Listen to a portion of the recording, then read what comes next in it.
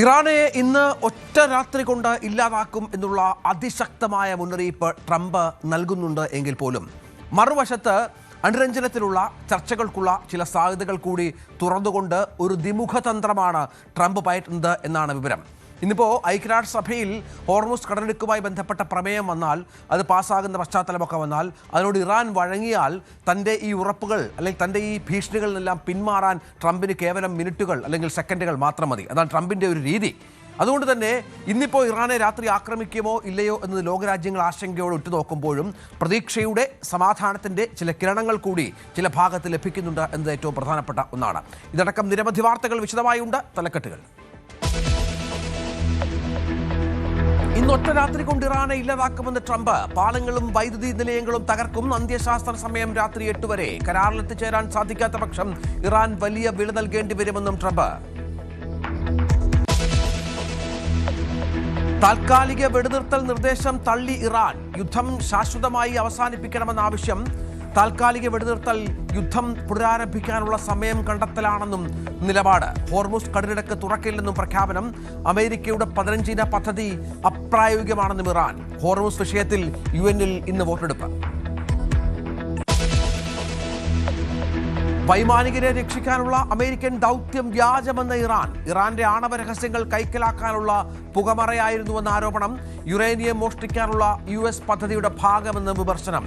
പൈലറ്റുമാരെ തിരികെ കൊണ്ടുവരാനായി US-ന് വലിയ നഷ്ടം സഹിക്കേണ്ടി വന്നെന്നും വിലയിരുത്തൽ. ഇറാന്റെ South Pars petrol chemical plant ആക്രമിച്ച് ഇസ്രായേൽ. ആക്രമണം ഇറാന്റെ തന്ത്രപ്രധാന ഊർജ്ജ സ്രോതസ്സിന് നേരെ. ലോകത്തിലെ ഏറ്റവും വലിയ പ്രകൃതിവാതക ശേഖരമുള്ളത് ഖത്തർ തീരത്തിനും ഇറാൻ തീരത്തിനും ഇടയിൽ. തീ മിനിറ്റുകൾക്കുള്ളിൽ നിയന്ത്രണ വിധേയമാക്കിയെന്ന് വിവരം. അപ്പോളോയുടെ റെക്കോർഡ് തിരുത്തി ആർട്ടിമിസ് 2. ഭൂമിയിൽ നിന്ന് ഏറ്റവും ദൂരം സഞ്ചരിച്ച മനുഷ്യർ എന്ന നേട്ടവുമായി 4 പേർ. ചന്ദ്രനിൽ നിന്ന് ഭൗമോദയം കണ്ട് ഒറിയോൺ പേടകം.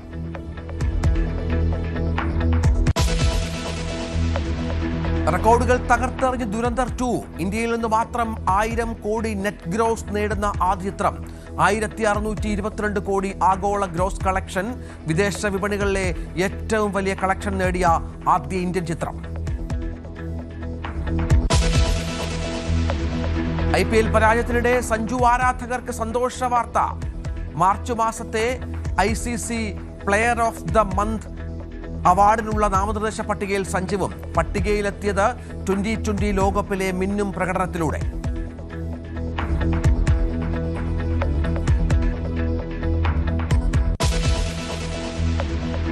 പ്രചാരണ പൂരത്തിന് ഇന്ന് കൊട്ടിക്കലാശം. നിയമസഭാ തെരഞ്ഞെടുപ്പിന്റെ പരസ്യ പ്രചാരണം വൈകിട്ട് അവസാനിക്കും. കലാശക്കൊട്ടാഘോഷമാക്കാൻ മുന്നണികൾ. തെരഞ്ഞെടുപ്പ് മറ്റന്നാൾ. വോട്ടെടുപ്പിൽ നിയന്ത്രണങ്ങൾ കടുപ്പിച്ച് തെരഞ്ഞെടുപ്പ് കമ്മീഷൻ. ഇന്ന് വൈകിട്ട് മുതൽ മദ്യശാലകൾ അടച്ചിടും. വോട്ടെടുപ്പ് കഴിയും വരെ മദ്യം എത്തിക്കുന്നതിനും ശേഖരിച്ചു വെക്കുന്നതിനും നിരോധനം. പോളിംഗ് കുറ്റമറ്റതാക്കാൻ ഒരുക്കങ്ങൾ.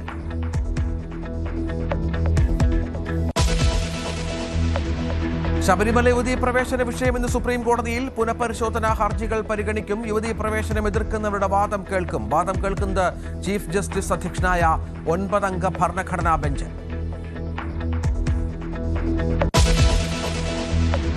ലൈംഗിക അതിക്രമ കേസിൽ സംവിധായകൻ രഞ്ജിത്തിന്റെ ജാമ്യാപേക്ഷ ഇന്ന് കോടതിയിൽ. പരിഗണിക്കുന്നത് എറണാകുളം ജുഡീഷ്യൽ മജിസ്ട്രേറ്റ് കോടതി. ശാസ്ത്രീയ തെളിവുകൾ ലഭിച്ച ശേഷം വീണ്ടും കസ്റ്റഡി ആവശ്യപ്പെടാൻ അന്വേഷണ സംഘം.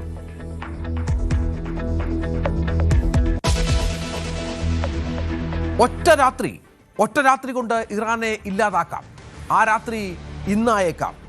വെടിനിർത്തൽ നിർദ്ദേശം തള്ളിയതിന് പിന്നാലെ ഭീഷണിയുമായി ട്രംപ് വീണ്ടും രംഗത്ത് വരികയാണ്. ബുധനാഴ്ച പുലർച്ചെയോടെ, അത് US സമയമാണ്, ബുധനാഴ്ച പുലർച്ചെയോടെ ഇറാനെ പൂർണ്ണമായും തകർക്കും എന്നാണ് ഇപ്പോൾ ട്രംപിന്റെ മുന്നറിയിപ്പ്.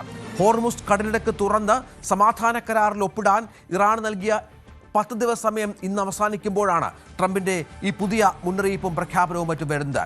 ഇറാൻ എന്ന രാജ്യത്തെ പൂർണ്ണമായും ഇല്ലാതാക്കാൻ അമേരിക്കയ്ക്ക് സാധിക്കുമെന്നുള്ള അവകാശവാദമാണ് ട്രംപിനുള്ളത്. ഹോർമുസ് കടലിടുക്ക് തുറന്നു കൊടുക്കാനോ പുതിയ കരാറിൽ ഒപ്പുവെക്കാനോ ഇറാൻ തയ്യാറാകണം. അല്ലാത്ത പക്ഷം വൈദ്യുതി നിലയങ്ങളും പാലങ്ങളും ഉൾപ്പെടെ അടിസ്ഥാന സൗകര്യങ്ങൾ പൂർണ്ണമായും ഇല്ലാതാക്കുമെന്നാണ് ട്രംപ് പറയുന്നത്. നമുക്കറിയാം, ഇതിന് മുന്നോടിയായി ഇറാനിലെ 2 വളരെ പ്രധാനപ്പെട്ട പാലങ്ങൾ അമേരിക്ക ആക്രമിച്ച് തകർത്തിരുന്നു. അതിൻ്റെ വീഡിയോ അടക്കം ട്രംപ് തൻ്റെ ട്രൂത്ത് സോഷ്യൽ കൂടി പങ്കുവെക്കുന്ന പശ്ചാത്തലമൊക്കെ ഉണ്ടായിരുന്നു. ഏതായാലും ഈ വിഷയത്തിൽ ട്രംപ് നിലപാടിൽ ഉറച്ചു നിൽക്കുന്നു. ഇറാൻ്റെ ഇപ്പോഴത്തെ രീതികളിൽ താൻ വളരെ അസ്വസ്ഥനാണെന്ന് പറയുന്നു. എത്രയും വേഗം ഒരു കരാറിൽ എത്തിച്ചേരാൻ സാധിക്കണമെന്ന് ആവശ്യപ്പെടുന്നു. ഇറാൻ വലിയ വില നൽകേണ്ടി വരും എന്നും ട്രംപ് പറയുന്ന പശ്ചാത്തലമുണ്ടാവുകയാണ്. അജയ് സുധാ ബിജു ഏറ്റവും പുതിയ വിവരങ്ങൾ പങ്കുവെക്കും. അജയ്, ഇപ്പോൾ ഒരു ദ്വിമുഖ തന്ത്രമാണ് ട്രംപിൻ്റേത്. കാരണം വേണമെങ്കിൽ ഒരു കരാർ, വേണമെങ്കിൽ ഒരു സമാധാനത്തിലേക്കൊക്കെ കാര്യങ്ങൾ പോകാം, അല്ലെങ്കിൽ ആക്രമിക്കാം. പക്ഷേ ഞാൻ ആദ്യം പറഞ്ഞതിനാകാം കൂടുതൽ പ്രാധാന്യം ട്രംപ് കൊടുക്കുക. ആക്രമണം അത്ര എളുപ്പമല്ല, ഇറാനെ തകർക്കുക അത്ര എളുപ്പത്തിൽ സാധിക്കുന്ന ഒന്നല്ല എന്ന് ബോധ്യം വന്ന ഭരണാധികാരി കൂടിയാണ് ട്രംപ്. തീർച്ചയായിട്ടും ഇപ്പോൾ ഇറാന് നേരെ നടത്തിയിട്ടുള്ള ആക്രമണങ്ങൾ അത് ആദ്യഘട്ടത്തിൽ തന്നെ അത്ര എളുപ്പമാകില്ല എന്ന് US-നും ഇസ്രായേലിനും മനസ്സിലായതാണ്. അവിടെ ഒരു ഭരണമാറ്റം കൊണ്ടുവരുമെന്ന് US-ഉം ഇസ്രായേലും പറഞ്ഞു. എന്നാൽ ആയത്തുള്ള അലി ഖമനയെ കൊലപ്പെടുത്തിയതിന് പിന്നാലെ അവിടെ മറ്റൊരു പരമോന്നത നേതാവ്, അതും അദ്ദേഹത്തിൻ്റെ മകനായിട്ടുള്ള മുജിതബ ഖമനയി അധികാരത്തിൽ കയറുന്നതാണ് നമുക്ക് കാണാൻ സാധിച്ചത്. അതും ഇറാൻ ഒരു ഭരണമാറ്റം അഥവാ ഒരു തങ്ങളുടെ പരമോന്നത നേതാവ് കൊല്ലപ്പെട്ടാലും എങ്ങനെ അടുത്ത ഭരണചക്രം തിരിക്കണം എന്നതിന് ഇറാൻ പൂർണ്ണമായിട്ടും പ്രിപ്പയർഡ് ആയിരുന്നു എന്ന് വേണം നമുക്ക് മനസ്സിലാക്കാൻ. മാത്രമല്ല, അവരുടെ പ്രതിരോധ സംവിധാനങ്ങൾ, അവരുടെ ഇൻഫ്രാസ്ട്രക്ചേഴ്സ് എല്ലാം ഏതൊക്കെ തരത്തിൽ ആക്രമണങ്ങൾ നേരിട്ടാലും എങ്ങനെ അവ പുനർനിർമ്മിച്ച് ശത്രുക്കൾക്ക് തിരിച്ചടി കൊടുക്കാം എന്നതിലെല്ലാം ഇറാൻ തങ്ങളുടെ ഒരു കഴിവ് അത് ആദ്യം തന്നെ എടുത്തു കാണിച്ചിരുന്നു. എന്നാൽ ട്രംപ് ഇപ്പോഴും അവകാശപ്പെടുന്നത് ഇറാനിൽ ഒരു ഭരണമാറ്റം കൊണ്ടുവരാൻ സാധിച്ചു. അവിടെ 3ാം ഘട്ട നേതാക്കളാണ് നിലവിൽ അധികാരത്തിൽ ഇരിക്കുന്നത്. ആദ്യത്തെ 2 ഘട്ട നേതാക്കളെയും തങ്ങൾ വധിച്ചു കഴിഞ്ഞു എന്നാണ് ട്രംപ് നിരന്തരം പറഞ്ഞുകൊണ്ടിരിക്കുന്നത്. ഇന്ന് ഇപ്പോൾ നിലവിലെ സാഹചര്യം നമ്മൾ എടുത്തു നോക്കുകയാണെങ്കിൽ ഇറാന് മുന്നിൽ US വച്ചിട്ടുള്ള സമയപരിധി അത് ഇന്ത്യൻ സമയം നാളെ പുലർച്ചെ 5:30 അവസാനിക്കുകയാണ്. ട്രംപ് പറഞ്ഞിരിക്കുന്നത് ഈ സമയപരിധി അവസാനിച്ചാൽ വെറും 4 മണിക്കൂറിനുള്ളിൽ, അതായത് അദ്ദേഹത്തിൻ്റെ വാക്കുകൾ കൃത്യമായി പറയുകയാണെങ്കിൽ അമേരിക്കൻ സമയം രാത്രി 12 മണിക്കുള്ളിൽ ഇറാനെ പൂർണ്ണമായിട്ട് നശിപ്പിക്കും എന്നതാണ് ട്രംപിൻ്റെ വാക്കുകൾ. അതായത് ഇറാനുള്ളിലെ പാലങ്ങൾ പൂർണ്ണമായും തകർക്കും, അതിനുശേഷം അവരുടെ പവർ പ്ലാന്റുകളെ ലക്ഷ്യം വയ്ക്കും. എന്നാൽ തനിക്ക് ഇതിന് അങ്ങനെ ആഗ്രഹമില്ല. കാര്യം പവർ പ്ലാന്റുകൾ നശിപ്പിക്കുക എന്ന് പറഞ്ഞാൽ അത് വലിയൊരു സാമ്പത്തിക സ്രോതസ്സിൻ്റെ നഷ്ടം കൂടിയാണ്. അതുകൊണ്ട് താൻ ഇത് ചെയ്യണമെന്ന് ആഗ്രഹിക്കുന്നില്ല. പക്ഷേ ഇറാൻ തങ്ങളുമായി ഒരു ധാരണയിൽ എത്തിച്ചേരണം, അതാണ് ട്രംപ് പറഞ്ഞുകൊണ്ടിരിക്കുന്നത്. ഇനി ഇറാൻ ഈ സമയപരിധിക്കുള്ളിൽ, അതായത് ഇന്ത്യൻ സമയം നാളെ പുലർച്ചെ വരെ സമയമുണ്ട്, അതിനിടയിൽ ഒരു ധാരണയിൽ എത്തിയില്ലെങ്കിൽ ചിലപ്പോൾ US മുൻപത്തേതുപോലെ എങ്ങനെയാണോ ഇറാനിലുള്ള ഏറ്റവും വലിയ പാലം ആക്രമിച്ച് തകർത്തത് അതിന് സമാനമായിട്ടുള്ള ആക്രമണങ്ങൾ നടത്തിയേക്കാം. കഴിഞ്ഞ ദിവസം തന്നെ ടെഹ്റാനിൽ നിരവധി ആക്രമണങ്ങൾ നടന്നിരുന്നു. ഏതാണ്ട് 34 പേർ കൊല്ലപ്പെടുന്ന ഒരു അവസ്ഥയുണ്ടായിരുന്നു. അതുമാത്രമല്ല, അവരുടെ IRGCയുടെ ഇൻ്റലിജൻസ് വിഭാഗം തലവനായിട്ടുള്ള മേജർ ജനറൽ സയ്യിദ് മജീദ് ഖദേമി വരെ കൊല്ലപ്പെടുന്ന ഒരു അവസ്ഥയുണ്ടായി. അപ്പോൾ ഇത്തരം കടുത്ത ആക്രമണങ്ങൾ കഴിഞ്ഞ ദിവസം തന്നെ ഉണ്ടായിരുന്നു. അങ്ങനെ ട്രംപിൻ്റെ സമയപരിധി അവസാനിച്ചാൽ വീണ്ടും സമാനമായിട്ടുള്ള ആക്രമണങ്ങൾ നടത്തി ഇറാനെ പൂർണ്ണമായി നശിപ്പിച്ചു എന്നൊരു അവകാശവാദം, അതായത് അവിടെ എങ്ങനെ ഒരു ഭരണമാറ്റം കൊണ്ടുവന്നു എന്ന് ട്രംപ് നിലവിൽ അവകാശവാദം ഉന്നയിക്കുന്നു, അതുപോലെ ഒരു അവകാശവാദവുമായി വീണ്ടും രംഗത്ത് വന്ന് അടുത്ത് ചിലപ്പോൾ പല നിർദ്ദേശങ്ങളിലും, അതായത് US നിലവിൽ വച്ചിട്ടുള്ള നിർദ്ദേശങ്ങളിലും മാറ്റം വരുത്തിക്കൊണ്ട് ഒരു കരാറിൽ എത്തിച്ചേരാൻ ചിലപ്പോൾ സാധ്യതയുണ്ട്.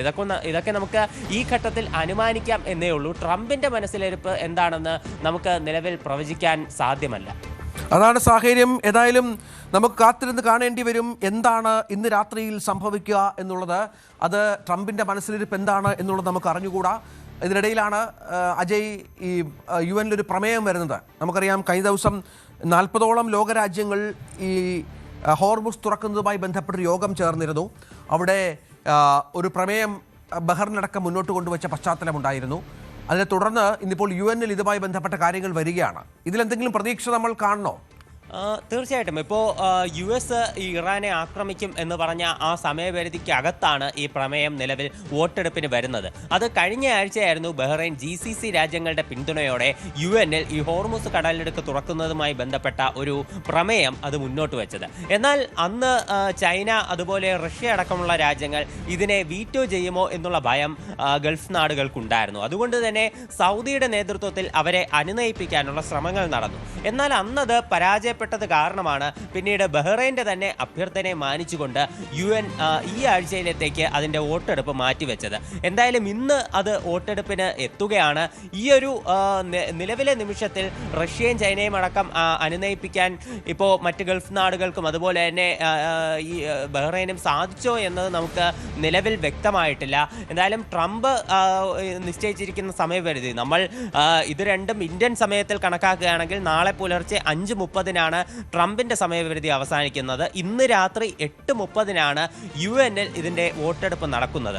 അപ്പോൾ ഈ വോട്ടെടുപ്പ് നടക്കുകയാണെങ്കിൽ ഇനി ഈ ഹോർമുസ് കടലിലേക്ക് തുറക്കുന്നതുമായി ബന്ധപ്പെട്ട വിഷയത്തിൽ UN തന്നെ ഇറാനെതിരെ തിരിയാനുള്ള ഒരു സാഹചര്യമുണ്ട്. അങ്ങനെ ലോകരാജ്യങ്ങളിൽ നിന്ന് മൊത്തത്തിൽ ഒരു സമ്മർദ്ദം അത് ഇറാനെതിരെ ഉണ്ടാകും. അങ്ങനെയാണെങ്കിൽ നിലവിൽ പല രാജ്യങ്ങളും, അതായത് ഈ പ്രത്യേകിച്ച് റഷ്യ അതുപോലെ ചൈന അടക്കമുള്ള വമ്പന്മാർ ഇറാന്റെ ഒരു ചേരിയിൽ നിൽക്കുന്ന ഒരു സാഹചര്യമുണ്ട്. ഇറാന്റെ ഒരു സൈനിക നടപടികളെ ന്യായീകരിക്കുന്ന ഒരു ഘട്ടമുണ്ട്. അത് ചൈനയ്ക്ക് വരെ നിരവധി നഷ്ടങ്ങൾ ഈ ഹോർമുസ് കാരണം ഉണ്ടായിട്ടുണ്ട്. എന്നാലും ഈ ഇറാന്റെ ഈ സ്വയം പ്രതിരോധിക്കാനുള്ള അവകാശത്തെ അവർ പിന്തുണയ്ക്കുന്നുമുണ്ട്. അപ്പോൾ ഈ സാഹചര്യത്തിൽ ഇനി UN-ൽ വോട്ടെടുപ്പ് വന്ന് അത് ചിലപ്പോൾ ഇറാന് നേരെ വലിയൊരു സമ്മർദ്ദമായി വന്നേക്കാം. ചിലപ്പോൾ ഈ വോട്ടെടുപ്പ് തങ്ങൾക്ക് എതിരാവുകയാണെങ്കിൽ ചില US-ന്റെ ചില നിർദ്ദേശങ്ങളോട് വിട്ടുവീഴ്ച ചെയ്തുകൊണ്ട് മറ്റൊരു ചിലപ്പോൾ രണ്ട് രാജ്യങ്ങൾക്കും സമ്മതമാകുന്ന രീതിയിൽ ചിലപ്പോൾ മറ്റൊരു ധാരണയിലേക്ക് വന്ന് ഈ വെടിനിർത്തൽ ഇല്ലാതാകാനും ഒരു സാധ്യതയുണ്ട്. അങ്ങനെയാണെങ്കിൽ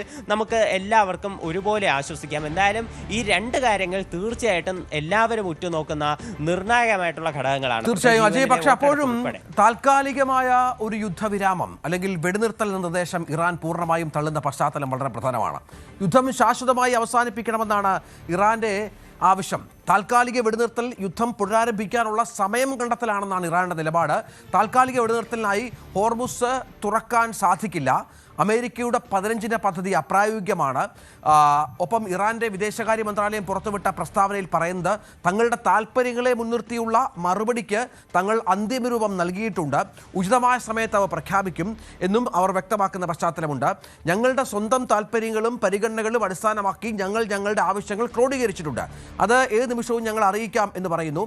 നിലവിലെ സംഘർഷം അവസാനിപ്പിക്കാൻ ലക്ഷ്യമിട്ടുള്ള അമേരിക്കയുടെ പിന്തുണയോടെയുള്ള 15 പദ്ധതി എന്നറിയപ്പെടുന്ന നിർദ്ദേശങ്ങൾ സംബന്ധിച്ച് യാതൊരു തരത്തിലും ഞങ്ങൾ സമ്മതിക്കുന്ന സ്ഥിതിയില്ല എന്ന് പ്രഖ്യാപിക്കുകയാണ്. പുച്ഛത്തോടെ തള്ളുകയാണ്, ചിരിച്ചു തള്ളുകയാണ് ഇറാൻ. ഇതാണ് അവസ്ഥ. കാരണം തുടർച്ചയായി ട്രംപ് മുന്നറിയിപ്പും ഭീഷണിയും നൽകിയിട്ടും ഇറാനെ പൂർണ്ണമായും തീർക്കുമെന്ന് പറഞ്ഞിട്ടും ഒരു തരത്തിലും ഇറാൻ വഴങ്ങുന്നില്ല എന്നത് ഏറ്റവും പ്രധാനപ്പെട്ട ഒന്നാണ്. വളരെ പ്രധാനമായി, വളരെ നയതന്ത്രപരമായി, ഗൗരവതരമായി ഇറാൻ പറയുന്നത് യുദ്ധം നിങ്ങൾ അവസാനിപ്പിക്കൂ എന്ന് ഞങ്ങളോട് പറയൂ. താൽക്കാലികമായല്ല, ശാശ്വതമായി അവസാനിപ്പിക്കൂ. യുക്രൈനിലും ഒക്കെ ഗസയിലും മറ്റുമൊക്കെ നിങ്ങൾ കൊണ്ടുവന്ന കരാറുകൾ ഞങ്ങൾക്കറിയാം. അതൊന്നും ഒരിക്കലും ശാശ്വതമായിരുന്നില്ല. ഇവിടെ ഞങ്ങൾക്ക് വേണ്ടത് ഇനി ഞങ്ങളെ ആക്രമിക്കില്ല എന്നുള്ള ഉറപ്പാണ്. അങ്ങനെയാണല്ലോ ഇറാൻ മുന്നോട്ട് വെക്കുന്ന ഡിമാൻഡ്. അജയ്, കഴിഞ്ഞ ദിവസമാണ് ഈ 45 ദിവസത്തെ വെടിനിർത്തലുമായി ബന്ധപ്പെട്ട് ഇപ്പോൾ ഇറാന് മുന്നിൽ ഒരു കരാർ മുന്നോട്ട് വന്നത്. ഇത് പ്രത്യേകിച്ച് പാകിസ്ഥാൻ അതുപോലെ തുർക്കി, ഈജിപ്ത് എന്നീ രാജ്യങ്ങളുടെ നേതൃത്വത്തിലാണ് അമേരിക്കയുടെ 15 നിർദ്ദേശങ്ങൾ ക്രോഡീകരിച്ചുകൊണ്ട് ഇറാന് മുന്നിൽ ഒരു നിർദ്ദേശം അത് മുന്നോട്ട് വയ്ക്കപ്പെട്ടത്. എന്നാൽ ഇറാൻ ഇക്കാര്യത്തിൽ പറയുന്നത് ഈ 45 ദിവസത്തെ വെടിനിർത്തൽ അത് തങ്ങൾക്ക് താല്പര്യമില്ല, പൂർണ്ണമായി ഈ യുദ്ധം അവസാനിപ്പിക്കാനുള്ള നിബന്ധനകൾ തങ്ങൾക്ക് മുന്നിൽ വരണം, എങ്കിൽ മാത്രമേ ഈ ഒരു സംഘർഷം അത് അവസാനിപ്പിക്കാൻ സാധിക്കുകയുള്ളൂ എന്നാണ് ഇറാൻ എടുത്തിട്ടുള്ള ഒരു നിലപാടെന്ന് പറയുന്നത്. അതായത് ഈ 45 ദിവസത്തെ വെടിനിർത്തൽ സമയം കൊടുക്കുകയാണെങ്കിൽ US ഒരു കരയുദ്ധത്തിന് കൂടുതൽ ഒരു കോപ്പ് കൂട്ടി മുന്നോട്ട് വരാനുള്ള സാധ്യതകൾ അത് ഇറാൻ കാണുന്നുണ്ട്. നേരത്തെ തന്നെ ട്രംപിന്റെ ഒരു വെടിനിർത്തൽ പ്രഖ്യാപനം ഉണ്ടായപ്പോൾ ഇറാൻ പറഞ്ഞത് ഇത് ചിലപ്പോൾ തങ്ങളെ ആക്രമിക്കാൻ വേണ്ടിയിട്ടുള്ള ഒരു പുതിയ പദ്ധതിയാകാം എന്ന് അവർ പ്രവചിക്കുകയുണ്ടായി. എന്തായാലും നിലവിലെ സാഹചര്യത്തിൽ അവർ അത് കൂടുതൽ തങ്ങളുടെ ആ നിലപാട് കൂടുതൽ വ്യക്തമാക്കുകയാണ്. അതായത് ഈ 45 ദിവസത്തെ വെടിനിർത്തൽ എന്നുള്ള നിർദ്ദേശം വേണ്ട, ഈ ആക്രമണങ്ങൾ അത് പൂർണ്ണമായി അവസാനിപ്പിക്കണം എന്നതാണ് ഇറാന്റെ ഒരു നിർദ്ദേശം. അവരുടെ എല്ലാ നേതാക്കളും ക്ലിയർ ആയിട്ടുള്ള ഒരു സ്റ്റേറ്റ്മെന്റ് ആണ് നൽകുന്നത്. പ്രത്യേകിച്ച് അവരുടെ വിദേശകാര്യ വക്താവ് കഴിഞ്ഞ ദിവസം വ്യക്തമാക്കിയിട്ടുള്ള ഒരു കാര്യം എന്ന് പറയുന്നത് അമേരിക്ക യുദ്ധക്കുറ്റങ്ങളാണ് ചെയ്യുന്നത്, അതിന് അവരുടെ ജനങ്ങൾ തന്നെ അവരെ ചോദ്യം ചെയ്യണം, US-നെ ചോദ്യം ചെയ്യണം എന്നതാണ് ഇപ്പോൾ ഇറാന്റെ ഈ വിദേശകാര്യ വക്താവ് പറഞ്ഞത്. US-ൽ നിന്ന് തന്നെ നിരവധി സെനറ്റർമാർ ഇപ്പോൾ ട്രംപിന്റെ പ്രസ്താവനയ്ക്കെതിരെ എല്ലാം രംഗത്ത് വരുന്ന സാധ്യതകളുണ്ട്.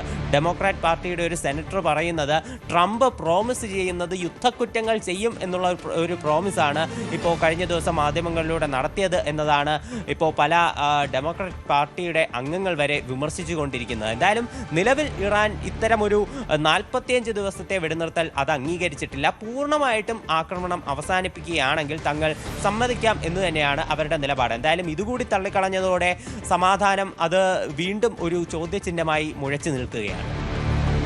അതാണ് സാഹചര്യം. ഇതിനിടയിൽ കഴിഞ്ഞ ദിവസമാണ് അമേരിക്ക ഇറാനിൽ വലിയൊരു ആക്രമണം നടത്തി, അല്ലെങ്കിൽ ഇറാനിൽ വലിയൊരു പോരാട്ടം നടത്തി തങ്ങളുടെ 2 പൈലറ്റുമാരെ മോചിപ്പിച്ചത് എന്നുള്ള പ്രധാനപ്പെട്ട വിവരം മാധ്യമങ്ങളൊക്കെ വലുതായി ചർച്ച ചെയ്താണ്. പക്ഷേ അത് യഥാർത്ഥത്തിൽ അമേരിക്കയുടെ വിജയമാണോ എന്നുള്ള ചർച്ചകൾ ഇപ്പോൾ സോഷ്യൽ മീഡിയയിൽ കാര്യമായി നടക്കുന്നുണ്ട്. ഭീമൻ നഷ്ടങ്ങൾ ഇതുമായി ബന്ധപ്പെട്ട് അമേരിക്കയ്ക്ക് സംഭവിച്ചു എന്നുള്ള വിവരങ്ങൾ കൂടിയാണ് പുറത്തു വരുന്നത്. 2 പ്രധാനപ്പെട്ട വിമാനങ്ങൾ അമേരിക്കയ്ക്ക് തങ്ങളുടെ സ്വന്തം വിമാനങ്ങൾ സ്ഫോടനത്തിലൂടെ തന്നെ നശിപ്പിക്കേണ്ടി വന്ന പശ്ചാത്തലം ഉണ്ടായിരുന്നു. ഇറാന്റെ മണ്ണിൽ നിന്നും ഒരു പൈലറ്റിനെ രക്ഷപ്പെടുത്തത് ചരിത്ര സംഭവമായി, ചരിത്ര വിജയമായി വൈറ്റ് ഹൗസും ട്രംപും മറ്റും കൊട്ടിഘോഷിക്കുമ്പോഴാണ് ഇറാൻ ഇതിനെ പുച്ഛിച്ച് രംഗത്ത് വരികയും ഒപ്പം തകർന്നു കിടക്കുന്ന US വിമാനങ്ങളുടെ ചിത്രങ്ങൾ ഇറാൻ പുറത്തുവിടുകയും മറ്റും ചെയ്ത് ഒരു ശവപ്പറമ്പ് പോലെ ഈ ഓപ്പറേഷൻ നടന്ന പ്രദേശത്തെ ഇറാൻ വിശേഷിപ്പിക്കുന്ന പശ്ചാത്തലം ഉണ്ടാവുകയാണ്. ഇസ്ലാമിക് റവല്യൂഷണറി ഗാർഡ് കോർപ്സ് ഈ വിമാനങ്ങളുടെ ചിത്രങ്ങൾ വെച്ചുകൊണ്ടാണ് അമേരിക്കയെ പരിഹസിക്കുകയും മറ്റും ചെയ്യുന്നത്. വലിയ നഷ്ടം അമേരിക്കയ്ക്ക് സഹിക്കേണ്ടി വന്നു എന്നാണ് ഇതുമായി ബന്ധപ്പെട്ട് മനസ്സിലാക്കേണ്ടത്. ആ ചിത്രങ്ങൾ കൂടിയാണ് ഇപ്പോൾ പ്രേക്ഷകർ കണ്ടുകൊണ്ടിരിക്കുന്നത്. US തങ്ങളുടെ 2 പൈലറ്റുമാരെ രക്ഷിക്കാനായി അവർ സുഖമായിരിക്കുന്നു എന്നൊക്കെ പറയുമ്പോഴും ഉണ്ടായ നഷ്ടം അതിഭീമമാണെന്നാണ് പുറത്തുവരുന്ന റിപ്പോർട്ടുകൾ. ഇതിനെ തുടർന്നാണ് കഴിഞ്ഞ ദിവസം മോശമായ പദപ്രയോഗങ്ങൾ കൊണ്ട് ഇറാനെ വിശേഷിപ്പിക്കുന്ന അസഭ്യം പറയുന്ന രീതിയിലേക്ക് ട്രംപ് എത്തിയത് എന്നുള്ള ഏറ്റവും പ്രധാനപ്പെട്ട ഒന്ന്. അതിന് കാരണമായി പറയുന്നത് യുദ്ധം 6 ആഴ്ച പിന്നിടുമ്പോൾ ട്രംപ് ഭരണകൂടത്തിൻ്റെ പ്ലാൻ അനുസരിച്ചല്ല കാര്യങ്ങൾ നീങ്ങുന്നത്. ട്രംപ് വിചാരിച്ചതുപോലെ ഒരു ആഭ്യന്തര ഭരണകൂട തകർച്ച ഇറാനിൽ ഉണ്ടായിട്ടില്ല എന്നും വിമർശകർ ചൂണ്ടിക്കാണിക്കുന്ന പശ്ചാത്തലം ഏറ്റവും പ്രധാനപ്പെട്ട ഒന്നാണ്. രക്ഷാപ്രവർത്തനത്തിനിടെ തകർന്നു വീണ യുദ്ധവിമാനങ്ങൾ എന്തൊക്കെ പറഞ്ഞാലും ഈ വിജയങ്ങളുടെ മാറ്റു കുറയ്ക്കുന്നു എന്നും വിമർശകർ പറയുന്ന സാഹചര്യം പ്രധാനമാണല്ലോ. അജയ്, ഇതിപ്പോൾ വലിയ വിജയമാണ് എന്ന് ട്രംപ് പറയുന്നുണ്ട്, പക്ഷേ അതൊന്നും യാഥാർത്ഥ്യമായി ചിത്രീകരിക്കപ്പെടുന്നില്ല.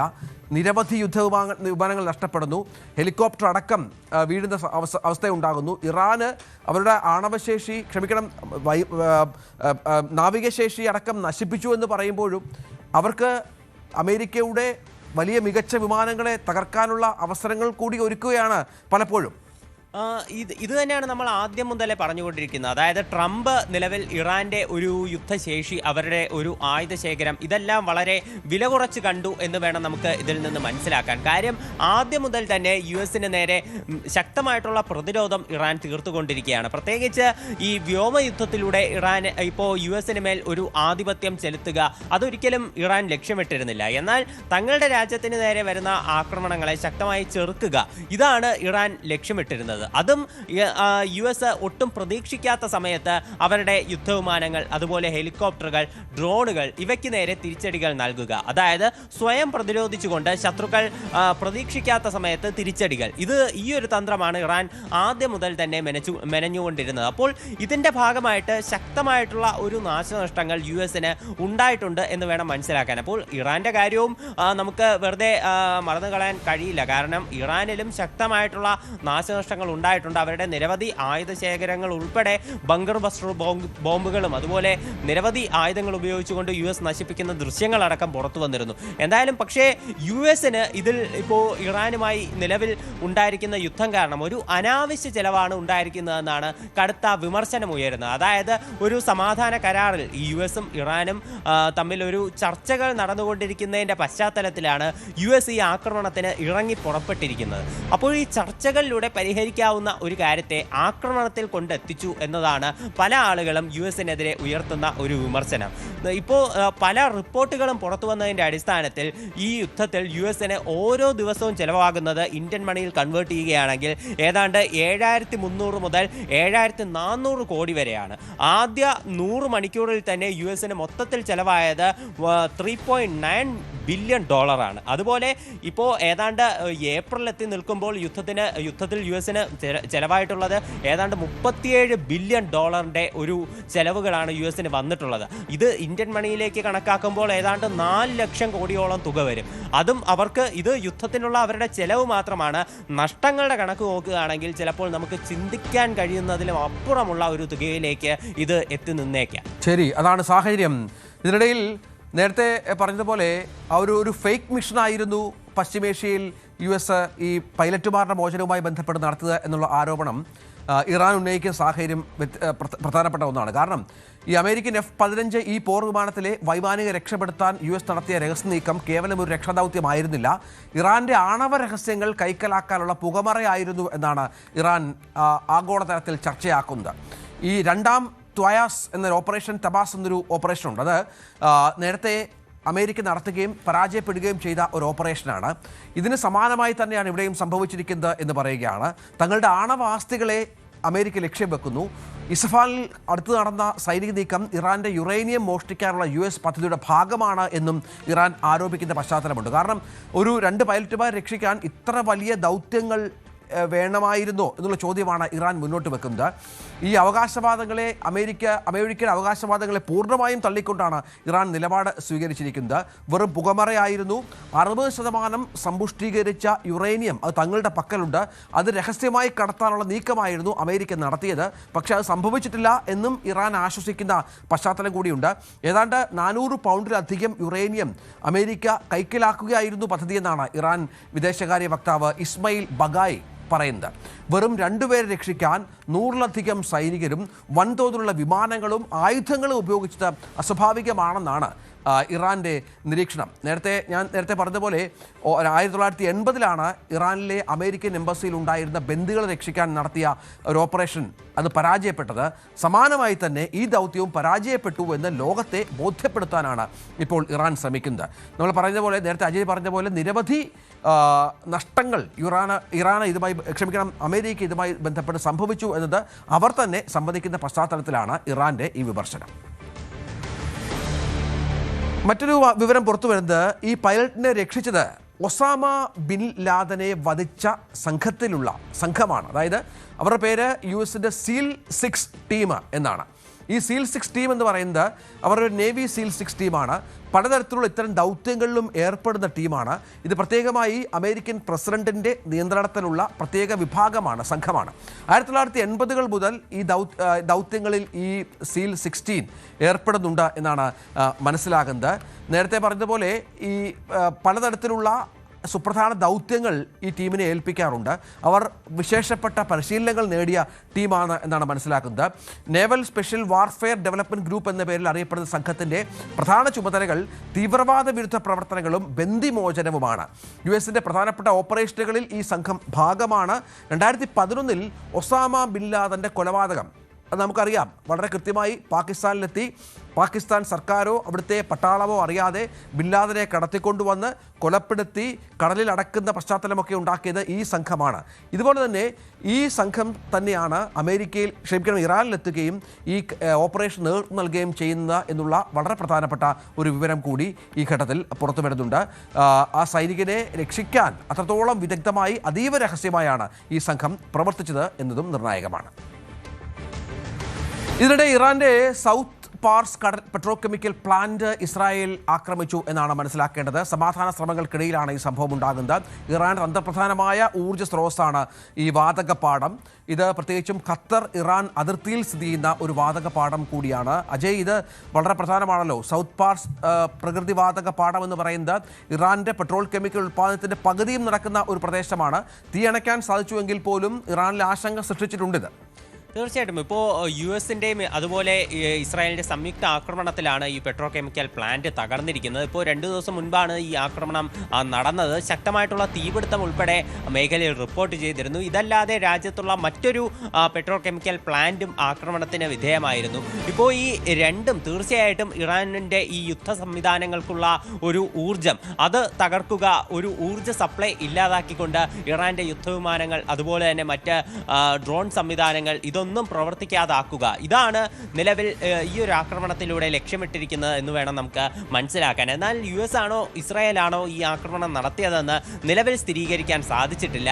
US ഇപ്പോൾ ഇന്ന് വരെ ഈ ഇറാൻ്റെ പവർ പ്ലാന്റുകളെ ആക്രമിക്കില്ല എന്ന് നേരത്തെ തന്നെ വ്യക്തമാക്കിയിരുന്നു. അപ്പോൾ ഇസ്രായേലായിരിക്കാം ഇത്തരമൊരു ആക്രമണം നടത്തിയത് എന്നാണ് നിഗമനമുള്ളത്. ഇസ്രായേലിൻ്റെ ആർമി ഈ ഇറാൻ്റെ പല ഭാഗങ്ങൾ കേന്ദ്രീകരിച്ച് ഇപ്പോഴും ആക്രമണം തുടർന്നുകൊണ്ടിരിക്കുകയാണ്. അടുത്ത പുതിയൊരു വേവ് ഓഫ് അറ്റാക്ക് ടെഹ്റാനെതിരെ ആരംഭിച്ചതായിട്ടും ഇസ്രായേൽ പ്രസ്താവന ഇറക്കിയിട്ടുണ്ട്. മേഖലയിൽ ശക്തമായി തന്നെ ആക്രമണങ്ങൾ തുടർന്നുകൊണ്ടിരിക്കുകയാണ്. ഇപ്പോൾ ഗൾഫ് മേഖലയിലും പലയിടത്തും ആക്രമണമുണ്ട് ഇന്നലത്തേതിന് സമാനമായി തന്നെ. അതുകൊണ്ട് ബഹ്റൈൻ ജനങ്ങളോട് കർശന സുരക്ഷ പാലിക്കണം, കെട്ടിടങ്ങൾക്കുള്ളിൽ തന്നെ സ്ഥിതി ചെയ്യണം എന്നൊരു മുന്നറിയിപ്പും പുറപ്പെടുവിച്ചിട്ടുണ്ട്. അതേസമയം US-ൽ ഇറാൻ യുദ്ധത്തിലുള്ള ജനപിന്തുണ വലിയ തോതിൽ കുറയുകയാണ് എന്നുള്ള സർവേ റിപ്പോർട്ടുകളും പുറത്തു വരികയാണ്. 58% അമേരിക്കക്കാരും ഇറാൻ യുദ്ധം അനാവശ്യമായിരുന്നു എന്ന നിലപാടിലേക്ക് എത്തിയിരിക്കുകയാണ്. കാരണം നേരത്തെ അജയ് പറഞ്ഞതുപോലെ ഈ യുദ്ധത്തിൽ അമേരിക്ക ചിലവഴിക്കുന്ന പണം എന്നുള്ളത് ഒരുപക്ഷെ ഒരു വികസിത രാജ്യത്തിൻ്റെ GDP-ക്ക് സമാനമായ തരത്തിലുള്ള പണമാണ് ഇപ്പോൾ ചിലവഴിച്ചുകൊണ്ടിരിക്കുന്നത്, അല്ലെങ്കിൽ ഇതുവരെ ചിലവഴിച്ചിട്ടുള്ളത് എന്ന് ഏറ്റവും പ്രധാനപ്പെട്ട ഒന്നാണ്. വലിയ ചൂതാട്ടമാണ് US ഇപ്പോൾ നടത്തുന്നത് എന്നാണ് ട്രംപിൻ്റെ വിമർശകർ പ്രത്യേകിച്ചും കാണുന്നത്.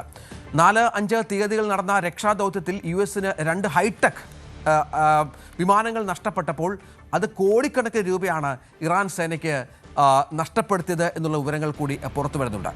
മില്യൺ കണക്കിന് ഡോളറുകൾ ഒരൊറ്റ രക്ഷാദൗത്യത്തിൽ നഷ്ടമായി എന്ന വിവരം കൂടി പുറത്തു വന്നപ്പോഴാണ് ഈ അമേരിക്കൻ ജനത ഈ യുദ്ധത്തിനെതിരെ രംഗത്ത് വരുന്ന പശ്ചാത്തലം ഉണ്ടായത് എന്നത് ഏറ്റവും അസാധാരണമായ സംഭവവികാസമാണ്. അതായത് ട്രംപ് വലിയ കൊട്ടിക്കോഴ്ച തുടങ്ങിയ ഒരു ആഘോഷമായ യുദ്ധം ഇപ്പോൾ പലപ്പോഴും പിഴയ്ക്കുന്നു. അവിടുത്തെ ഇറാനിലെ ഭരണകൂടത്തെ ഇല്ലാതാക്കാൻ സാധിക്കുന്നില്ല.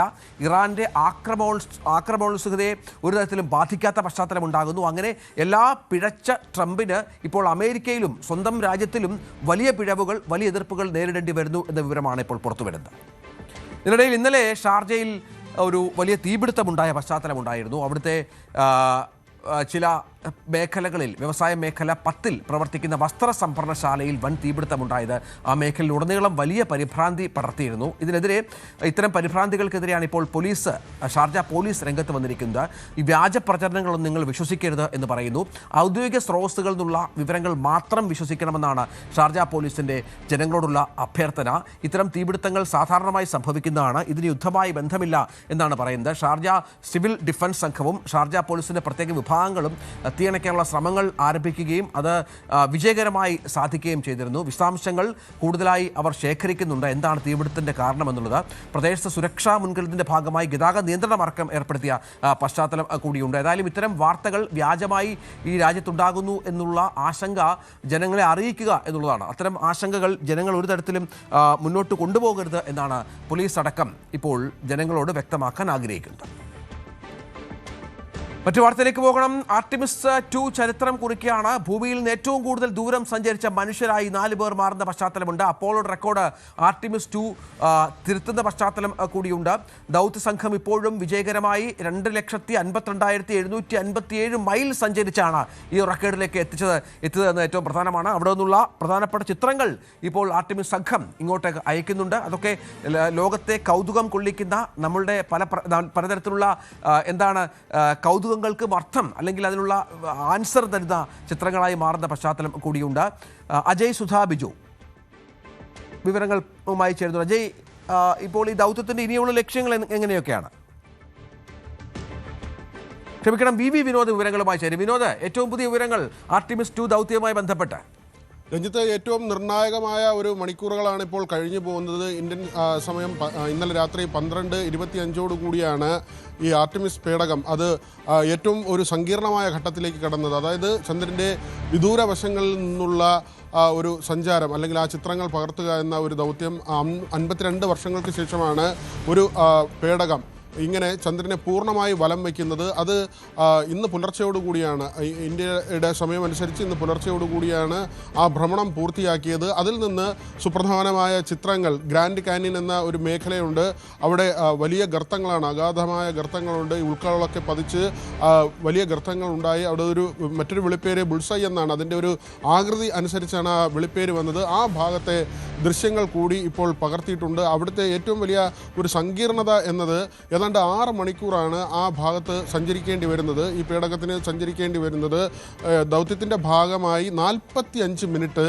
ആ ഭാഗത്തെ യാത്രയിൽ 45 മിനിറ്റ് ആശയവിനിമയം മുറിയുന്ന ഒരു സാഹചര്യമുണ്ടായിരുന്നു. കാരണം നാസയുമായി പേടകത്തിനുള്ള ബന്ധം നഷ്ടമാകുന്ന ഒരു സാഹചര്യം അത് നേരത്തെ തന്നെ കണക്ക് കൂട്ടിയിരുന്നതാണ്, അതിനുള്ള മുൻകരുതലുകൾ എടുത്തിരുന്നു.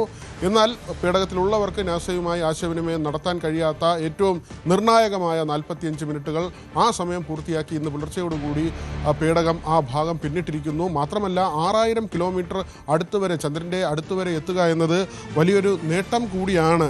ആ ഫ്ലൈ ബൈ എന്ന ഒരു പ്രയോഗമാണ്, അങ്ങനെയുള്ള ഒരു സാഹചര്യത്തിലൂടെയാണ് ഇപ്പോൾ ഈ 6000 കിലോമീറ്റർ അടുത്തുവരെ എത്തുന്ന ആ ദൗത്യം പൂർത്തിയാക്കിയിരിക്കുന്നത്. ഇത് 1970 അപ്പോളോ 13 ഇതിനു മുൻപ് ഇങ്ങനെ സഞ്ചാരം നടത്തിയപ്പോൾ പൂർണ്ണമായും അടുത്ത് എത്തിയത്. അതിനേക്കാൾ അടുത്തേക്ക് ഏതാണ്ട് 2,52,757 മൈൽ സഞ്ചരിച്ച് ചന്ദ്രൻ്റെ കൂടുതൽ അടുത്തേക്ക് എത്താൻ കഴിഞ്ഞിരിക്കുന്നു. 2,48,655 മൈലായിരുന്നു നേരത്തെയുള്ള റെക്കോർഡ്.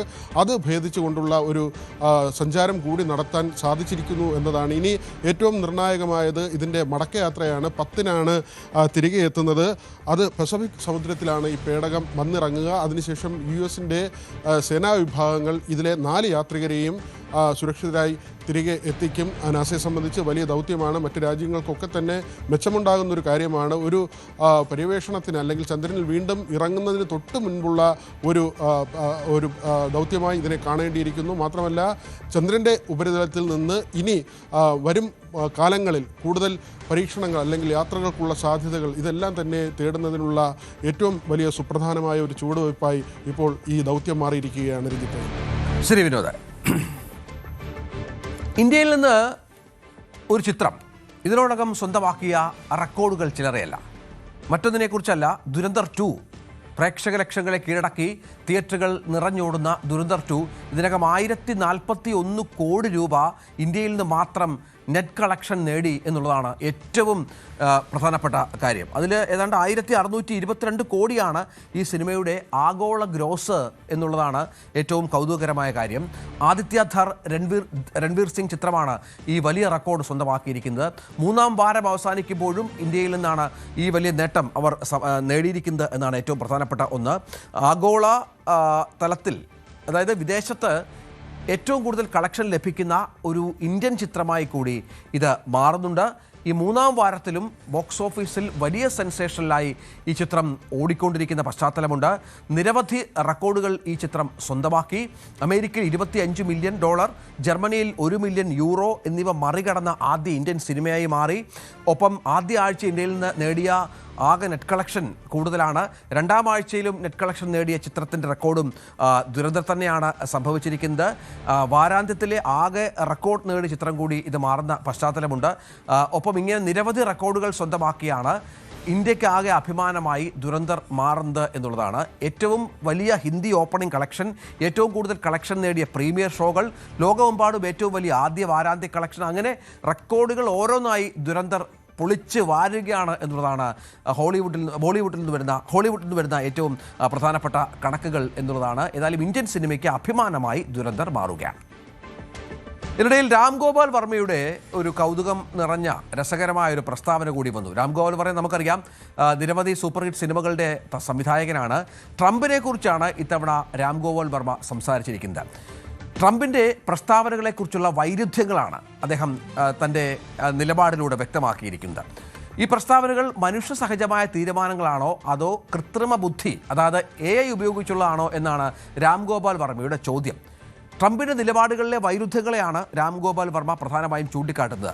ഒരേ സമയം വലിയ യുദ്ധത്തെക്കുറിച്ച് പറയുന്ന ട്രംപ് തൊട്ടടുത്ത നിമിഷം അത് ചെറിയൊരു നീക്കം മാത്രമാണെന്ന് പറയുകയും പിന്നീട് ചർച്ചകളെക്കുറിച്ച് സംസാരിക്കുകയും മറ്റും ചെയ്യുകയാണ്. ഒരു ഭരണാധികാരിക്ക് ഇത്ര വേഗത്തിൽ തൻ്റെ നിലപാടുകൾ മാറ്റാൻ കഴിയുന്നത് എങ്ങനെയാണ് എന്നാണ് ചോദ്യം. അതുകൊണ്ടാണ് AI-യുടെ ഒരു പങ്കാളിത്തം ഇത്തരം നിലപാടുകളിൽ രാംഗോപാൽ വർമ്മ സംശയിക്കുന്നത്. നമുക്കറിയാം, വർമ്മയുടെ മാത്രം സംശയമല്ല അത്. ഇത്ര പെട്ടെന്ന് നിലപാട് മാറ്റാൻ കഴിയുന്ന ഒരു പ്രസിഡന്റിനെ കുറിച്ച് ലോകം മുഴുവൻ ചർച്ച ചെയ്യുന്ന പശ്ചാത്തലം കൂടിയുണ്ട്. ഇപ്പോൾ ഏറ്റവും ഒടുവിൽ ഇന്ന് രാത്രി കൊണ്ട് ഇറാനെ തീർക്കുമെന്ന് പറഞ്ഞ ട്രംപ് ഒരുപക്ഷെ ഏതാനും നിമിഷങ്ങൾക്കകം ആ നിലപാട് മാറ്റിയേക്കാം എന്നുള്ള സൂചനകളും പുറത്തു വരുന്നുണ്ട്. സഞ്ജു സാംസന്റെ ആരാധകർക്ക് വലിയ സന്തോഷ വാർത്ത വരുന്നു. IPL-ൽ സഞ്ജു തിളങ്ങാത്തതിൻ്റെ വിഷമത്തിൽ ഒരുപാട് ആരാധകരുണ്ട് എന്ന് നമുക്കറിയാം. ഇപ്പോൾ നിങ്ങൾക്കായി ഒരു വാർത്ത എന്ന് പറയുന്നത്, ഈ മാസത്തെ IPL player of the month അവാർഡിനുള്ള നാമനിർദ്ദേശ പട്ടികയിൽ സഞ്ജു ഇടം പിടിച്ചിരിക്കുന്നു എന്നുള്ളതാണ്. 2020 ലോകകപ്പിലെ മിന്നും പ്രകടനമാണ് സഞ്ജുവിനെ ഈ ചുരുക്ക പട്ടികയിൽ എത്തിച്ചത്. സഞ്ജുവിനൊപ്പം ഇന്ത്യൻ പേസർ ജസ്പ്രീത് ബുംറയും ന്യൂസിൽ പര്യടനത്തിൽ മികച്ച പ്രകടനം നടത്തിയ ദക്ഷിണാഫ്രിക്കൻ ബാറ്റർ കോണർ ഈസ്റ്റ് ഹൂയിസനും പട്ടികയിലുണ്ട്. ലോകകപ്പിൽ പ്ലെയർ ഓഫ് ദ ടൂർണമെൻ്റ് ആയിരുന്നു സഞ്ജു. ലോകകപ്പിലുടനീളം മികച്ച പ്രകടനവും സഞ്ജു കാഴ്ചവെച്ചു. Final player of the match ആയിരുന്നു. അങ്ങനെ എല്ലാ തരത്തിലും സഞ്ജുവിന് ICC പുരസ്കാരം കിട്ടാനുള്ള എല്ലാ സാഹചര്യങ്ങളുമുണ്ട്. നമുക്കറിയാം, ഇപ്പോൾ IPL-ൽ അല്പം മോശമാണ് സഞ്ജുവിൻ്റെ ഫോം. തുടർച്ചയായ 2 മത്സരങ്ങളിൽ സഞ്ജു പുറത്താകുന്ന പശ്ചാത്തലമൊക്കെ ഉണ്ടായിരുന്നു, വലിയ റൺസ് എടുക്കാതെ.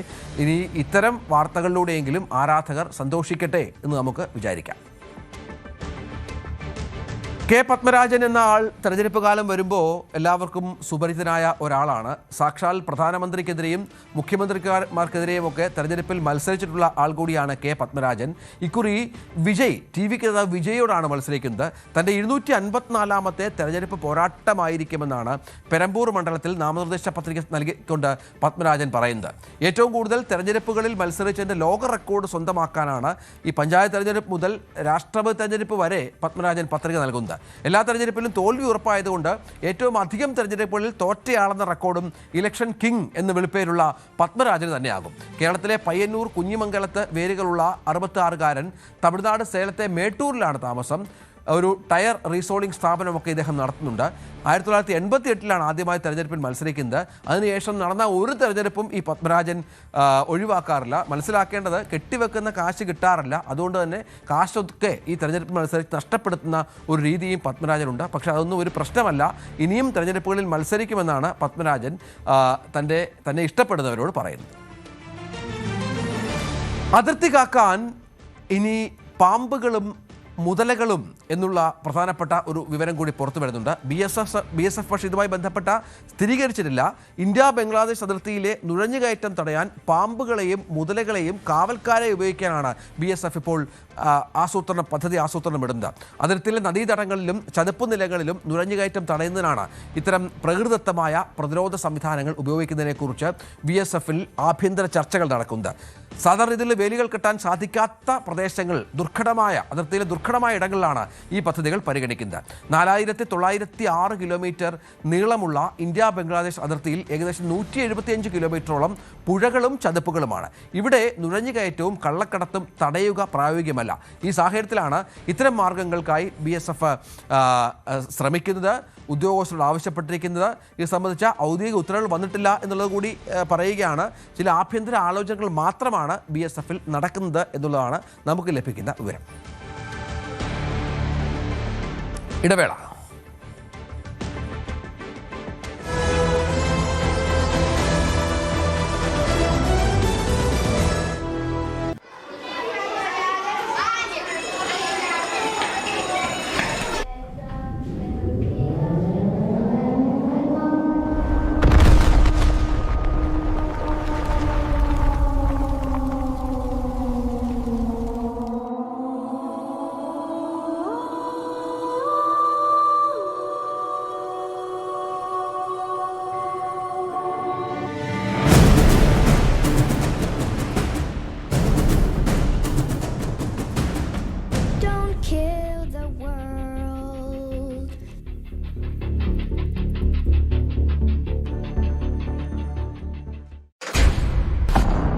കളിക്കളം റെഡി.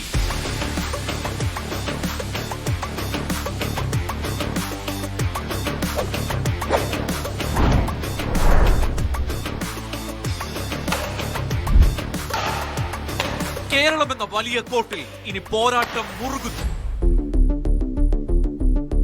140 മണ്ഡലങ്ങളുടെ ഭാവി നിർണ്ണയിക്കുന്ന പോരാട്ടം.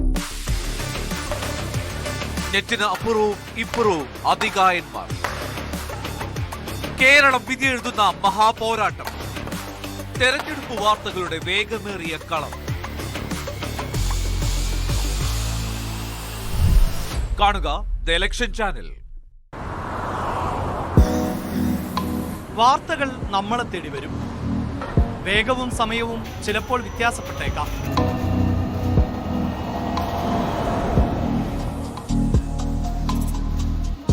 ഫ്ലാഷ് ന്യൂസുകളും ബ്രേക്കിംഗ് ന്യൂസുകളും പുറം കാഴ്ചകളായി ഓടിമറയും.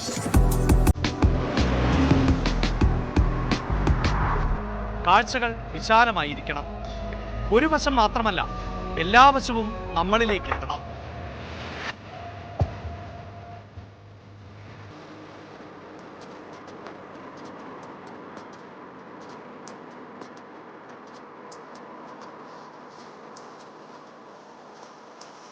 ന്യൂസ് ട്രെൻഡ്സ് വസ്തുതാപരമായ വിശകലനങ്ങളോടെ വാർത്തയുടെ വിശാലമായ കാഴ്ചയിലേക്ക്.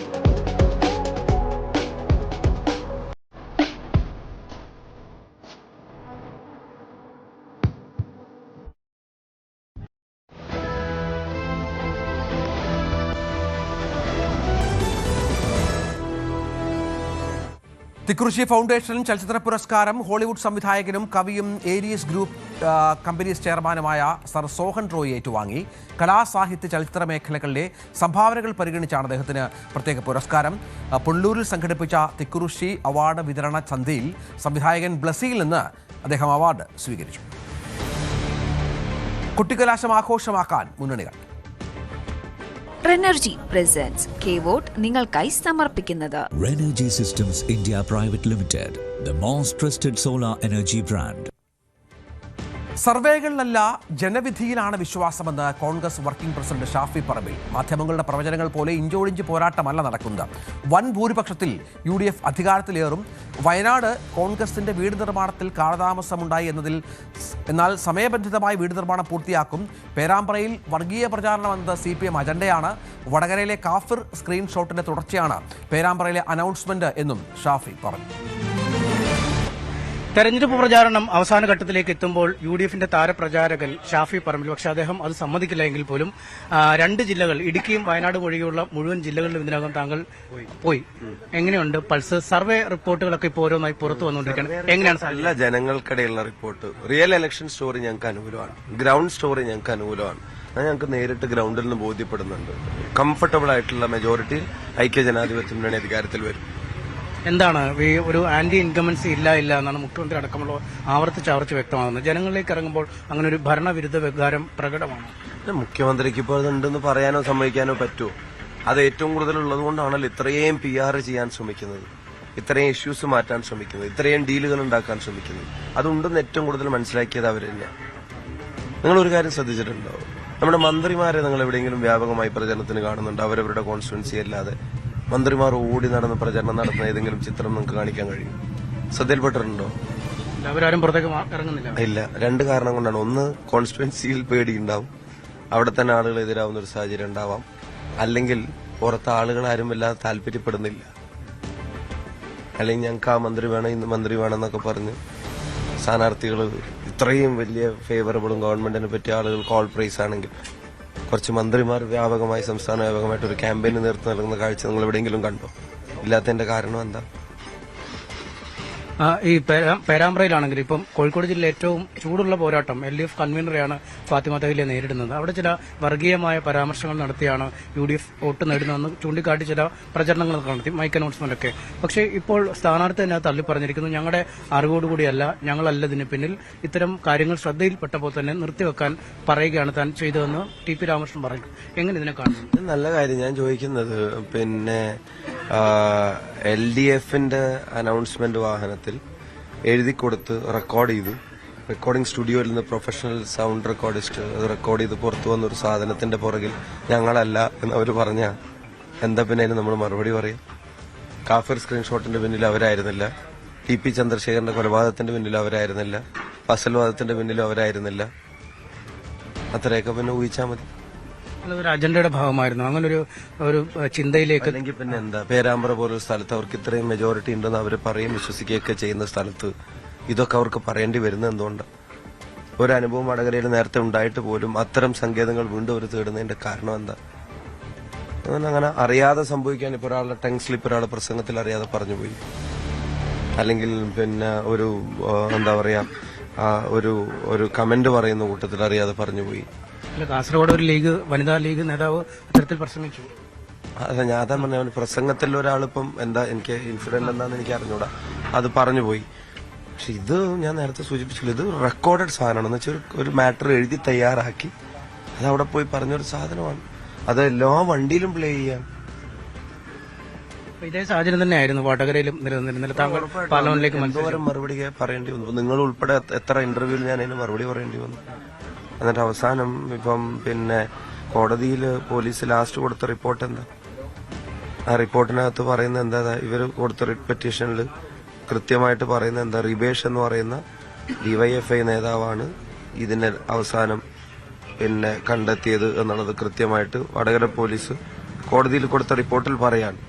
അപ്പോൾ അതങ്ങനെ നിൽക്കെ എന്തിനായിരുന്നു അത് ഞങ്ങളുടെ തലയിൽ കയറ്റി വെച്ച് ഈ പറയുന്ന ഏർപ്പാടെല്ലാം നടത്തിയത്? ഇതിന്റെ ഓരോന്നിലും ഇത് എവിടെയാ വന്നത് എന്നതുൾപ്പെടെ പോരാളി ഷാജിയിൽ വന്നതിനെ സംബന്ധിച്ച്, അതുപോലെ പിന്നെ ഈ കോടതി റെഡ് എൻകൗണ്ടേഴ്സ് വാട്സപ്പ് ഗ്രൂപ്പിൽ വന്നതിനെ സംബന്ധിച്ച്, റിബേഷ് സൺ ഓഫ് രാമകൃഷ്ണൻ പിന്നെ അവരുടെ പേരിൽ communal post was posted by him in the WhatsApp group of red encounters. ഇതൊക്കെ കോടതിയിൽ പോലീസ് കൊടുത്തിട്ടുള്ള റിപ്പോർട്ടാണ്. അവിടുന്ന് അങ്ങോട്ട് എന്താ അന്വേഷണം മുന്നോട്ട് പോവാത്ത? ഇത്തരം സങ്കേതങ്ങൾ അവരറിഞ്ഞു ചെയ്തതാണെന്നാണോ അതിന്റെ അർത്ഥം? പക്ഷെ അവർക്ക് വടകരയിൽ എന്റെ ഗുണം കിട്ടിയിരുന്നില്ല. ജനങ്ങൾ അങ്ങനെ അണ്ടർ എസ്റ്റിമേറ്റ് ചെയ്യാൻ പാടുണ്ടോ? അതാ ഞാൻ പറഞ്ഞു, ഒരു അനുഭവം ഉണ്ടായിട്ടും വീണ്ടും ഇത്തരത്തിലുള്ള ശ്രമവുമായി ഇവിടെ ഇറങ്ങിയത് അത് അവരുടെ പ്രവർത്തകർ തന്നെ ചോദ്യം ചെയ്യുമെന്നാണ് എന്റെ വിശ്വാസം. അതിനൊരിക്കലും ഗുണം കിട്ടില്ലല്ലോ, കിട്ടരുതല്ലോ. പക്ഷേ അങ്ങനെ പറയുന്നത് ഷാഫി വന്ന ശേഷം ഈ മേഖലയിൽ ഒരു ധ്രുവീകരണം ഉണ്ടാവുന്നു. വടകരയിലായാലും പേരാമ്പ്രയിലായാലും കുറ്റ്യാടിയിലായാലും നാദാപുരത്തൊക്കെയായാലും ഇത്തരം മേഖലകളിൽ ഒരു ധ്രുവീകരണം ഷാഫി കൊണ്ടുവരുന്നെന്ന് പരക്കെ അവർ പ്രസംഗിക്കുന്നു. ഷാഫി വന്ന ശേഷമാണ് ഇവിടെ കാര്യങ്ങൾ മോശമായി തുടങ്ങിയത്, അതൊരു വലിയ പാരമ്പര്യമുള്ള നാടായിരുന്നു, അത്തരത്തിലൊക്കെയാണ് പലയിടത്തും പ്രസംഗിക്കുന്നത്. ഷാഫി വന്ന ശേഷം എന്ത് മാറ്റമാണ് ഈ മേഖലകളിൽ ഉണ്ടായത്, അല്ലെങ്കിൽ അങ്ങനെ ഒരു മാറ്റമുണ്ടോ? ഞാൻ വന്ന ശേഷം എന്തിനെങ്കിലും ശ്രമിക്കുമെങ്കിൽ അത് ഏകീകരണത്തിനാണ്, ധ്രുവീകരണത്തിനല്ല. ഇപ്പം എന്നെ പൊളിറ്റിക്കൽ പോയിസൺ എന്നൊക്കെ വരെ വിളിക്കുന്നതിന് കാരണമായത് കാഫിർ സ്ക്രീൻഷോട്ടാണ്. ഷാഫി പറമ്പിലാണ് MS സനീഷ് കുമാറോട് സംസാരിച്ചത്. KPCC അധ്യക്ഷന്റെ പേരിൽ വ്യാജ കത്ത് കെ സുധാകരനെ സ്ഥാനാർത്ഥിയാക്കരുതെന്ന് ആവശ്യപ്പെട്ട് കോൺഗ്രസ് അധ്യക്ഷന് അയച്ചതെന്ന പേരിലാണ് വ്യാജ കത്ത് സമൂഹ മാധ്യമങ്ങളിലൂടെ പ്രചരിച്ചത്. സംഭവത്തിൽ സംസ്ഥാന പോലീസ് മേധാവിക്ക് സണ്ണി ജോസഫ് പരാതി നൽകി. ഇടവേള.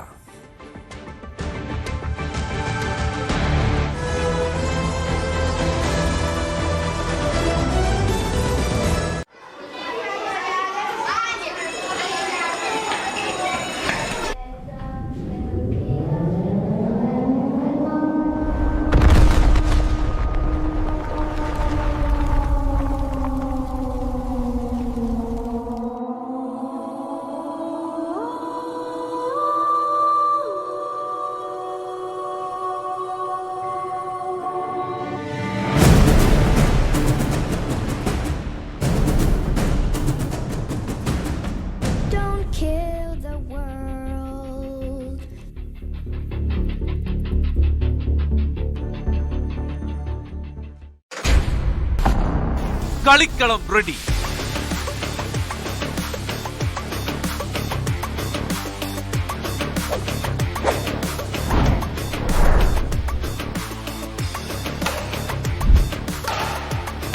കേരളം എന്ന വലിയ കോട്ടിൽ ഇനി പോരാട്ടം മുറുകുന്നു.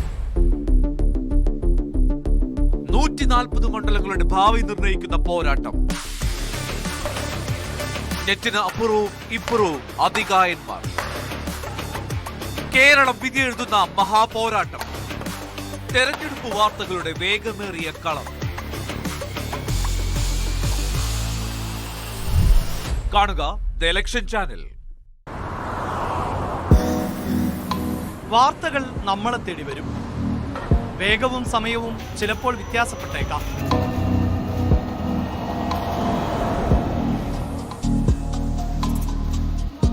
ഫ്ലാഷ് ന്യൂസുകളും ബ്രേക്കിംഗ് ന്യൂസുകളും പുറംകാഴ്ചകളായി ഓടിമറയും.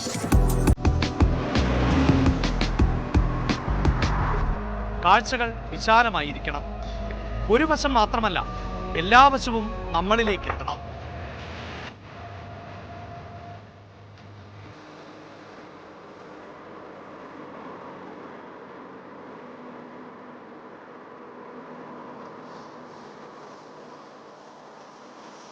ന്യൂസ് ട്രെൻഡ്സ് വസ്തുതാപരമായ വിശകലനങ്ങളോടെ വാർത്തയുടെ വിശാലമായ കാഴ്ചയിലേക്ക്.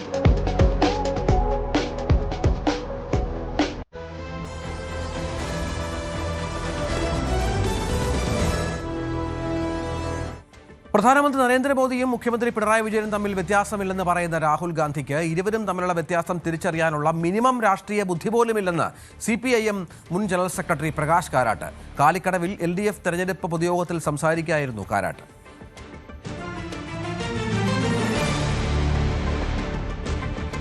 വോട്ടർമാരെ തെരഞ്ഞെടുപ്പ് പ്രക്രിയയുടെ ഭാഗമാക്കാൻ 11 വയസ്സുകാരിയുടെ വേറിട്ട ബോധവൽക്കരണം. മംഗളൂരു ബെൻഡ്വാലയിലെ സന്നിധി എന്ന കൊച്ചുമിടിക്കാണ് തെരഞ്ഞെടുപ്പിന്റെ പ്രാധാന്യം പൊതുജനങ്ങളിൽ എത്തിക്കാൻ മഞ്ചേശ്വരം, കാസർഗോഡ് ഉൾപ്പെടെയുള്ള മണ്ഡലങ്ങളിൽ എത്തിയത്. 5 ഭാഷകൾ അറിയാവുന്ന സന്നിധി ദില്ലി, മഹാരാഷ്ട്ര, ഗോവ തുടങ്ങിയ സംസ്ഥാനങ്ങളിലെ തെരഞ്ഞെടുപ്പുകളിലും സമാനമായ പ്രവർത്തനം നടത്തി അഭിനന്ദനം നേടിയിരുന്നു. തെരഞ്ഞെടുപ്പിന് ഓരോ വോട്ടും വിലപ്പെട്ടതാണ്. പരമാവധി വോട്ടർമാരെ ബൂത്തുകളിൽ എത്തിക്കുക എന്നത് തെരഞ്ഞെടുപ്പ് കമ്മീഷന്റെ തന്നെ പ്രധാനമായുമുള്ള പ്രവർത്തനമാണ്. അത്തരത്തിലുള്ള പ്രവർത്തനമായി തെരഞ്ഞെടുപ്പ് കമ്മീഷൻ മുന്നോട്ട് പോകുമ്പോൾ 11 വയസ്സുകാരി, അതായത് കർണാടക ബണ്ടോൾ സ്വദേശിനിയായ 11 വയസ്സുകാരി ഇത്തരത്തിൽ പരമാവധി ആളുകൾ പോളിംഗ് ബൂത്തിൽ എത്തണം എന്ന ഒരു ആവശ്യവുമായി രംഗത്ത് വരുന്നു. ഇതാദ്യമായല്ല ഈ 11 വയസ്സുകാരി ഇത്തരത്തിലുള്ളൊരു ബോധവൽക്കരണ പരിപാടിയെ മുന്നോട്ട് പോകുന്നത്. നേരത്തെ ദില്ലിയിലും മഹാരാഷ്ട്രയിലും ഗോവയിലും ഉൾപ്പെടെ ഈ സന്നിധി എന്ന് പറയുന്ന കർണാടക ബണ്ടോൾ സ്വദേശിയായ ഈ കുട്ടി ഇത്തരത്തിൽ ബോധവൽക്കരണവുമായി പോയിരുന്നു. ഇപ്പോൾ നമ്മോടൊപ്പം ഈ സന്നിധി തന്നെ ചേരുന്നു. ನಮಸ್ಕಾರ. ಎങ്ങനെയാണ് ಈ ತೆರഞ്ഞെടുപ്പ് ബോധവൽക്കരണം മുന്നോട്ട് കൊണ്ടുപോകുന്നത്? ನಾನು ಇದು Kerala second time. Last time ಸಹ ನಾನು ಇಲ್ಲಿ ಜಾಗೃತಿ ಮಾಡಲಿಕ್ಕೆ ಬಂದಿದ್ದೆ. ಮತ್ತು ಗೋವಾ, ಕರ್ನಾಟಕ, ಡೆಲ್ಲಿ ನನ್ನ ಶಾಲೆ ಕಡೆಯಿಂದ ಬಾಲ್ಯ ವಿಕಾಸ್ ಆಂಗ್ಲ ಮಾಧ್ಯಮ ಶಾಲೆ ಅವರು ವ್ಯವಸ್ಥೆ ಮಾಡಿಕೊಟ್ಟಿದ್ದಾರೆ. ಎಷ್ಟು ಲ್ಯಾಂಗ್ವೇಜ್ ಗೊತ್ತುಂಟು? ನಾನು 5 ಭಾಷೆ ನನಗೀಗ ಗೊತ್ತುಂಟು. ಯಾನೀನು വന്നത് വോട്ട് ചോദിക്കാനല്ല, എന്നാലേ എന്ന ഉദ്ദേശം എന്നത് പറഞ്ഞ് എല്ലാവരും തട്ടത് വോട്ട് ചെയ്തേ പറ്റൂ. ഇത് നമ്മുടെ ആദ്യ കർത്തവ്യ കൂടിയാണ്. നമ്മുടെ ദേശത്തിന് വേണ്ടിയിട്ട് നല്ല വ്യക്തിയെ തിരഞ്ഞെടുത്തേ പറ്റൂ. വോട്ടിംഗ് ബോധവൽക്കരണ ഉപന്യാസം ഭരണഘടനയുടെ മൗലികാംശങ്ങളിൽ ഒട്ടവകാശം ഒരു പൂർണ്ണതയുള്ള സിവിൽ സമൂഹത്തെ സൃഷ്ടിക്കുന്നതിൽ അതിന് ഒരു പ്രധാന ഉത്തരവാദിത്തമുണ്ട്. രാഷ്ട്ര നിർമ്മാണത്തിൽ വോട്ടിംഗ് വളരെ ഒരു പ്രധാനപ്പെട്ട ഒരു ഘടകമാണ്. Today I did not came to ask you a vote, but my intention is whose 18 years completed they should be vote. It is our duty. It is in our hand. Who turns 18 they should be must compulsory registered voting at April 9th. Kerala ಕೂಡ ನಲ್ಲ ಇದು ಬೇಡಿಕ पूरा जगह में वो shop, tax stand और सार्वजनिक social में पूरा जगह में अवेयरनेस करने थे. वो अच्छा है केरला. वो इलेक्शन April 9th का ಅಂದರೆ ನಾನು ಕೂಡ ಭೇಟಿ ಬರೋದು 19th April. ಎಲ್ಲರೂ ಕಡ್ಡಾಯ ಒಂದು ಮತದಾನ ചെയ്തിട്ട് ಅದು ನಂಗಲ ಸಂವಿಧಾನ ಹಕ್ಕು. ಅದು നല്ല ആളನ್ನು ഇത് ಮಾಡಿട്ട് നല്ലത് ദേശಕ್ಕೆ ನಾವು എന്തായാലും അവസാന വോട്ടർമാരെ വരെ പോളിംഗ് ബൂത്തിലേക്ക് എത്തിക്കുക എന്നതാണ് സന്നിധി ഈ ഒരു ബോധവൽക്കരണത്തിലൂടെ ഉദ്ദേശിക്കുന്നത്. അത്തരം പ്രവൃത്തികളുമായി വരും ദിവസങ്ങളിലും സന്നിധി കാസർഗോഡ് ജില്ലയിൽ ഉണ്ടാകും, കേരളത്തിൽ പല ഭാഗങ്ങളിലും ഉണ്ടാകും. എന്തായാലും തെരഞ്ഞെടുപ്പ് കമ്മീഷനെ ഒപ്പം ഇത്തരത്തിലുള്ളൊരു പ്രവർത്തനമായി, മാതൃകാപരമായ പ്രവർത്തനമായാണ് സന്നിധി മുന്നോട്ട് പോകുന്നത്. KB Baiju, news 18 Kasaragod. Renergy presents key vote നിങ്ങൾക്കായി സമർപ്പിച്ചത് Renergy Systems India Private Limited, the most trusted solar energy brand.